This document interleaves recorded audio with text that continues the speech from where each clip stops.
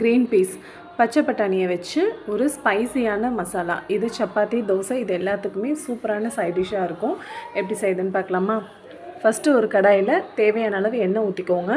அது கூடவே ஜீரகம், சோம்பு, ஒரு கிராம்பு, சின்னதாக ஒரு ஏலக்காய், கொஞ்சமாக பட்டை, இதெல்லாம் நல்லா பொரிஞ்சு வாசம் வந்ததுக்கப்புறமா 2 பெரிய வெங்காயம் நல்லா பொடியாக சாப் பண்ணது அதையும் இதோடவே சேர்த்து நல்லா வதக்கிக்கோங்க. தேவையான அளவு கருவேப்பிலை போட்டுக்கோங்க. கொஞ்சமாக உப்பு போட்டுக்கோங்க.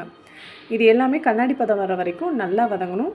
இது வதங்கினதுக்கப்புறமா ஒரு 1.5 டேபிள் ஸ்பூன் இஞ்சி பூண்டு பேஸ்ட் அதையும் நல்லா போட்டு வதக்கிக்கோங்க. இது எல்லாம் நல்லா வதங்கினதுக்கப்புறமா 2 தக்காளி மிக்ஸி ஜாரில் அடித்து அதோட பல்ப்பு இதோட சேர்த்திக்கோங்க. இது கொஞ்சமாக பச்சை வாசம் போனதுக்கப்புறமா தேவையான மசாலா ஆட் பண்ணிக்கலாம்.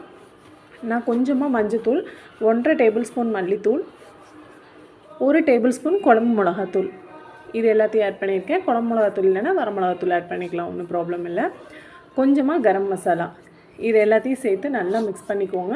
தேவையான அளவு கொஞ்சமாக தண்ணி விட்டுக்கோங்க. இது எல்லாமே பச்சை வாசம் போகிற வரைக்கும் நல்லா வதங்கணும்.